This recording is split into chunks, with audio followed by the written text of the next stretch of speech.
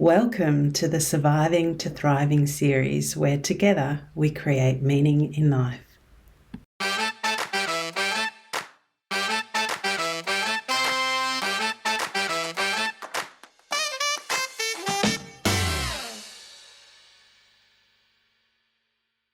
Hi, I'm your host, Kate J. Parker, and in this video I will be providing you an oversight to the Meaningful Life framework and how you can create purpose and happiness in your life.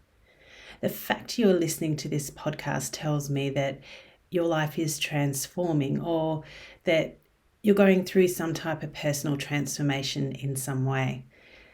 How you are currently living your life is no longer 100% satisfying and you're looking for something new.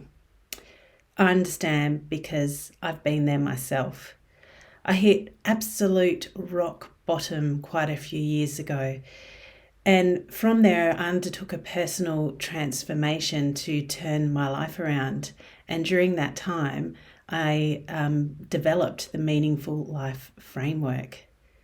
By experiencing the two extremes, living in fear to now living in freedom, it has given me tremendous insight into how to create happiness in life. The Meaningful Life framework, in its essence, is a framework on how to survive in life. The concepts may seem basic and easy at first, but once you really delve into it, you do start to understand the power behind them and also the complexity and the focus that it takes to implement it into your life. You may find that not everything in the framework resonates with you at first, and that's fine, absolutely fine. You may even think, what the hell is Kate talking about? Is she crazy? And that's okay, because it's all part of your personal transformation. You will absorb exactly what you need to know at this point in time.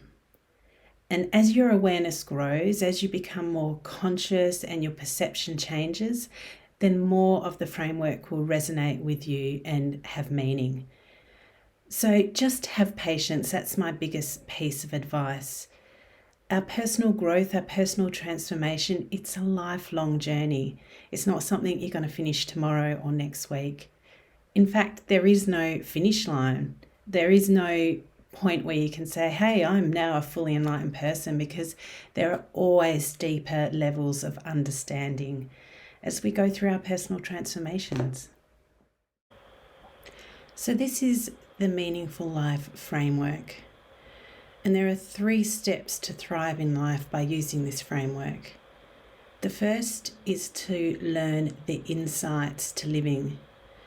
The insights are what we are here to learn and practice to create the foundation of a meaningful life. The second is to use your personal life circumstances as you learn the insights to living. Your personal life circumstances are the conditions that make up your life. And thirdly, it is to actualize your reason for being. And this is essentially what we are here to achieve. It's our purpose. We all have the same purpose, but how we go about expressing it is different for each individual person. And in future videos, I will talk about Ikigai, which is kind of our personal way of realizing our purpose. So step 1 of the Meaningful Life framework is to learn the insights to living. And the first insight, which you saw on the graphic before, is conscious awareness. And this is choosing to turn your awareness from the external world to the world within yourself. And this gives you the power to choose how you will experience life. There are kind of 4 main concepts to understanding conscious awareness, and I will be doing a video on this all on its own. But to give you a basic understanding, the 4 main concepts are: 1, our thoughts are not the absolute truth. Basically, our thoughts are developed from our beliefs, our expectations, and our past life experiences, and they're being filtered through, our preferences in our thoughts. But they're not a true reflection of reality, and that's why if two people experience the same situation, they'll often come out with a totally different experience because it's been filtered through their thoughts, and the reality isn't their interpretation of it. The good news is that we can challenge our thoughts and therefore challenge or change how we experience life, how we experience reality. The second concept is life is lived from within to without. So what we experience in is actually a mirror to our internal world. So what we are thinking and feeling influences our behaviour, and then that influences how we interact with the external world, and then the experiences that are reflected back to us. So if we are driven by fear, if we have fear-based thoughts driving emotions associated with that, then that is what will create in the external world and what we'll experience. So just imagine if you're driven by love and what that would feel like. So basically, life is a mirror. So what we are experiencing is a mirror to what we are creating. We are all interconnected, interdependent, and interrelated. So we're connected to everyone and everything, and our thoughts, feelings, energy, actions, and inactions have a profound effect on the world around us. It impacts what happens. So once again, it's a mirror to us. So the experiences that we're getting back, how people are behaving towards us, is a reflection on how we're behaving in the external world. And fourthly is to live in the present moment. We hear about this a lot, and this is also a big topic that will require a video all on its own. But this is training our thoughts to be exactly where we are right now. And our thoughts, our brain doesn't like doing that. It doesn't like experiencing this moment right now. We tend to flick between the past and the future. So thinking about, a nostalgic past where there was great things that happened, or maybe things that we did wrong in the past, or great experiences in the past. And we fixate on those. And also we think about the future. So what could possibly happen in the future? We can't change the past. The past has happened, and the future is yet to come. We don't know what the future holds for us. So the only time we can control is this moment right now. And that's why it's really important to live in the moment. The second behaviour in the insights to living is to take inspired action. So time is the most precious resource that we have. We don't always treat it that way though. Every day reflects the results of our previous thoughts, behaviours, actions and inactions. But every day also gives us an opportunity to bring change for future days. So think of this. Today contains the seeds for tomorrow's possibility. And I remind myself that quite often. So what we're doing now is laying the foundation for our future. If we want to experience something different, we cannot do the same thing every day and expect a different result in the future. That's actually, the definition of insanity, to do the same thing over and over and expect a different result. We need to be the change we want to experience, and we need to do it now. We need to take inspired action now to start making that change. However, taking inspired action is more than just randomly doing stuff, saying, okay, I'm doing something different right now. It's being consciously aware of our actions to make sure that our actions are in line with our thoughts. So what I mean by this is that we need to overcome the competing fear-based thoughts. If we, say, want to lose 10 kilos, but our deep-rooted thoughts is, I'll always be fat, then it's going to be very difficult for us to lose those 10 kilos, even if we start exercising, because the thoughts are going to start to jeopardize our behavior. So our energy and our thoughts need to match what we want to experience, and this is called our intentional current. So the third behavior is choosing love and not fear. And this is consciously deciding to live life through love. Now, to be clear, living life through love is not a feeling, it's a way of being that involves giving the best of ourselves to every person and every situation, no matter how challenging it is. It's also in choosing to accept and love ourselves fully. It's transcending the ego and accepting, not resisting, but accepting everything exactly as it is. And that is challenging. Since we become what we think about most of the time, so we are a reflection of what we're thinking about most of the time, choosing to love and not to fear really impacts our daily level of happiness. And like I said before, life reflects back to us like a mirror. So what we transmit into the external world will come back to us. It's what we will experience. So if we live with fear, we'll experience conflict, anxiety, and difficulties, and that will be our ongoing life experience. But if we choose to live with love, we'll experience peace, joy, and happiness, and also we'll be better equipped to deal with any challenges that come our way. So I'd like to take this opportunity just to give you a little bit more information about me.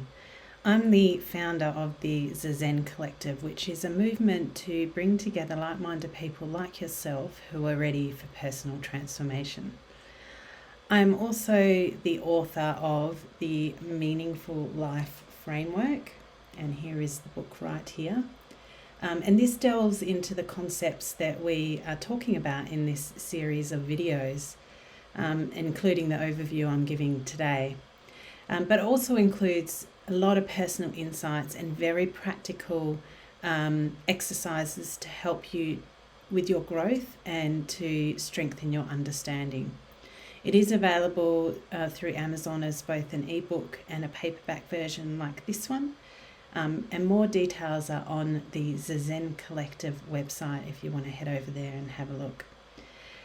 Finally, as a thank you to watching this video, I will be providing the Meaningful Life Framework book for free as an ebook download from Amazon on the 2nd and 3rd of June 2021. So if you'd like to get that book for free, put that in your calendar and head on over to Amazon and download it.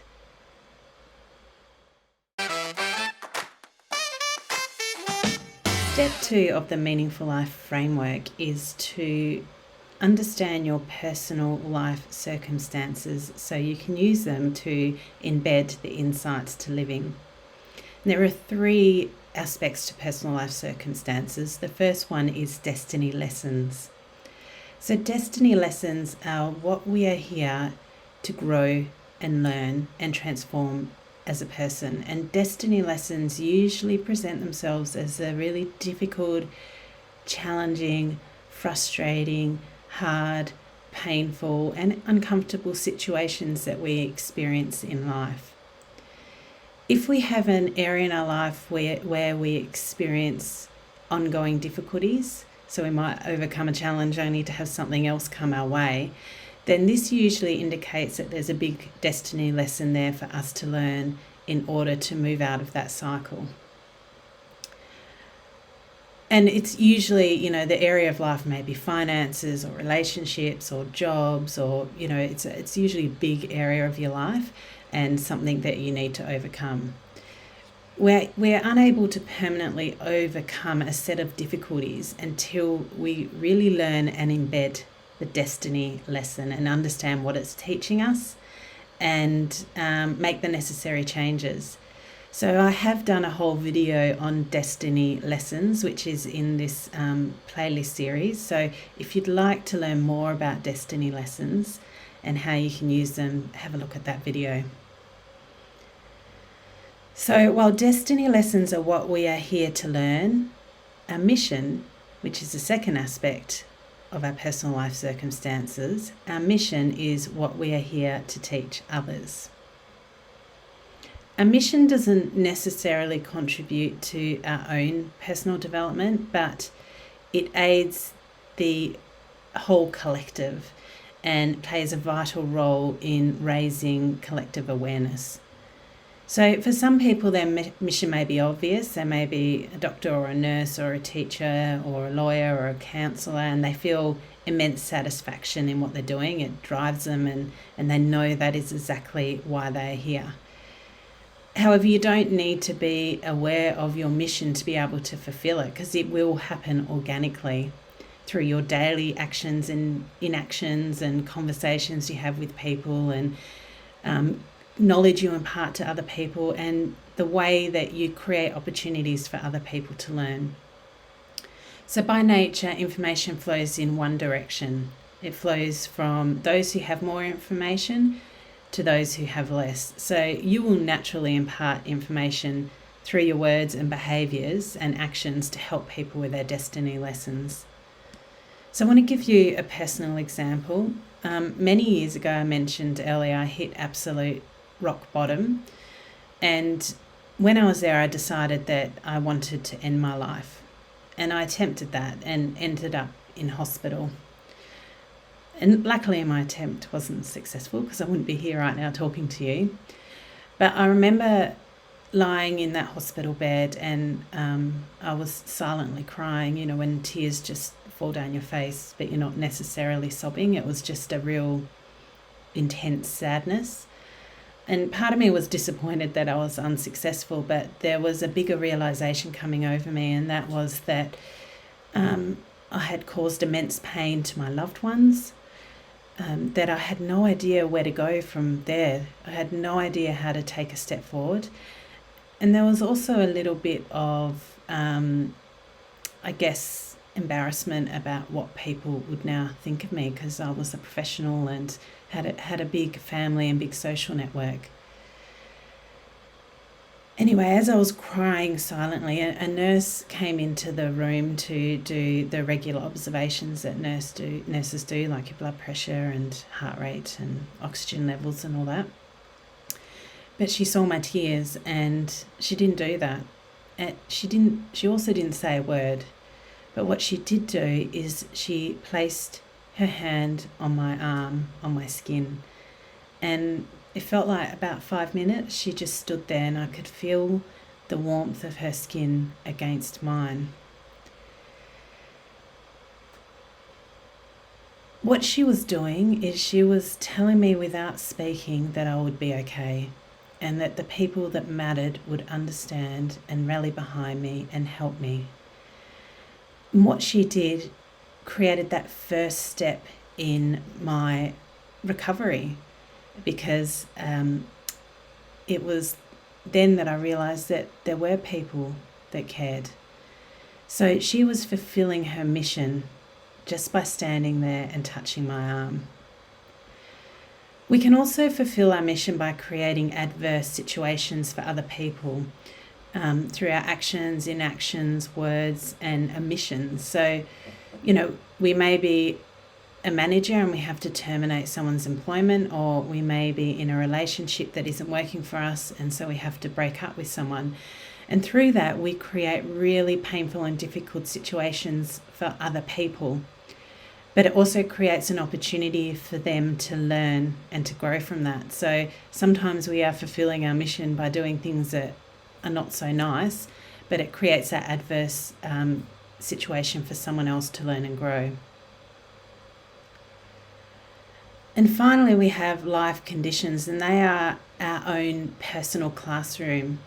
They provide the background for where we do our learning, learn our destiny lessons, and our teaching, which is our mission. Our conditions set up where we are living, what we are doing, the roles we are playing, who we are interacting with, the jobs we perform, the activities we're doing. Our conditions also are our talents and our weaknesses, our physical appearance, the culture we grew up in, the country we were born in, the language we speak, the religions that we observe. They are all our conditions. There are no bad situations, just what is needed for us to execute our learning process. And if we can learn and grow from what we are experiencing, no matter how difficult it is, we'll be able to move past challenging times with inner peace and learn and become a better person. So our conditions are perfectly orchestrated, so we are in the right place at the right time, doing the right thing to learn and grow. Step 3 of the Meaningful Life Framework is our reason for being. So this is why we are here. It is simple, but it's not unique.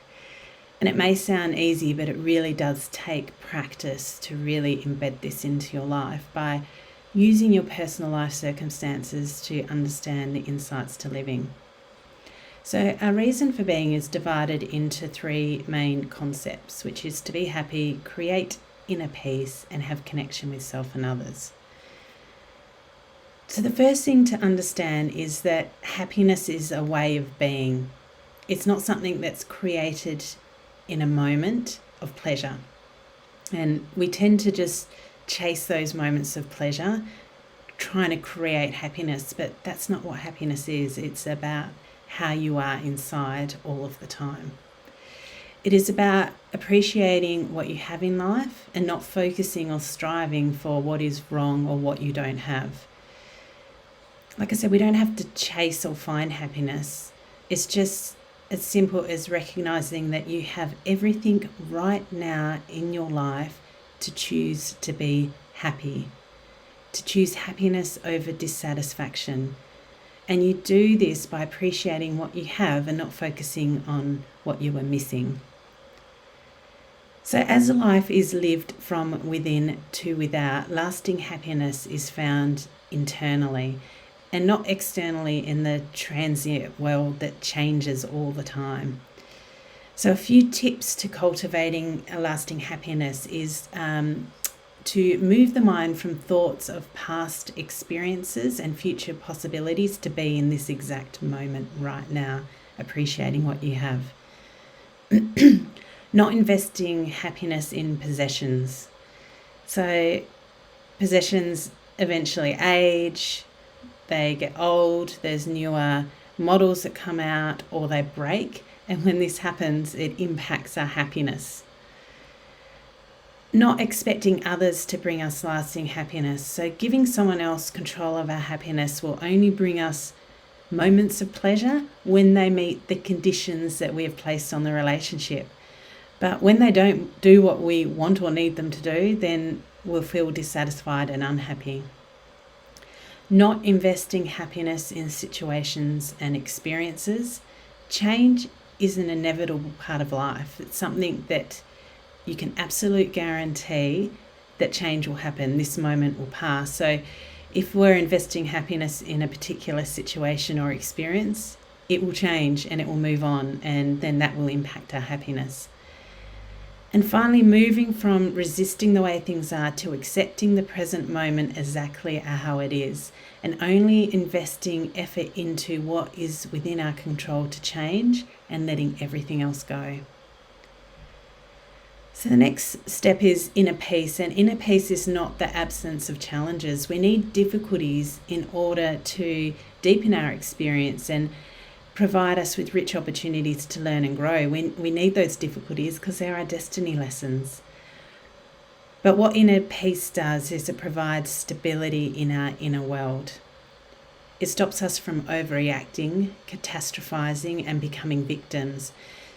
And then we can graciously accept and respond to life's challenges with resilience, strength, empathy, appreciation, confidence, and wisdom. And we can embrace those challenges because we know that we are going to become a better person because of it. And then finally, connection. Connection to self. It comes in 2 forms, connection to self and connection to others. So connection to self is being in tune with our inner world and conscious of our thoughts and emotions and how they drive our behaviour. It is loving and accepting ourselves exactly as we are, because we cannot unconditionally love someone else until we love ourselves. We cannot give what we do not have. So we have to love ourselves in order to love someone else. And connection to others is understanding our impact on the external world. Our actions, inactions, words, behaviours and energy influence the experiences of others, and it's understanding that, owning that and accepting that. We can choose to connect with others through love or fear, and if we choose to connect through love, then we're going to provide a better life experience for everyone.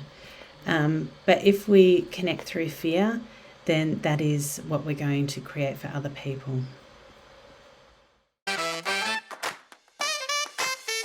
So the good news is I will be going into detail in future videos on each individual aspect of the Meaningful Life Framework, so you can really get to understand it and use it to improve your life situations.